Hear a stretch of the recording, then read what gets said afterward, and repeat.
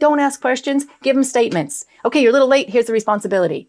Every time you ask a question, you never get the answer you want. I know we want critical thinking and all that, but you don't get the answer you want. I never get kids who say to me, let's see, miss. Why are you rolling on the floor? Well, I think because you've really gone beyond the lecture here, which I know I'm getting there with y'all.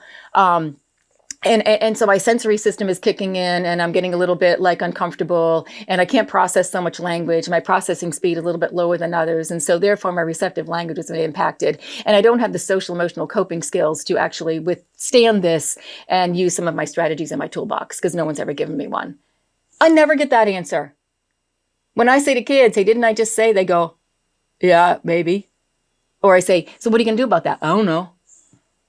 And then I tell them something like, you were mean to somebody. So I say, don't you think you should say you're sorry? And they go, okay, sorry, jerk. Because I don't even know what sorry means. Those are the things we got to teach.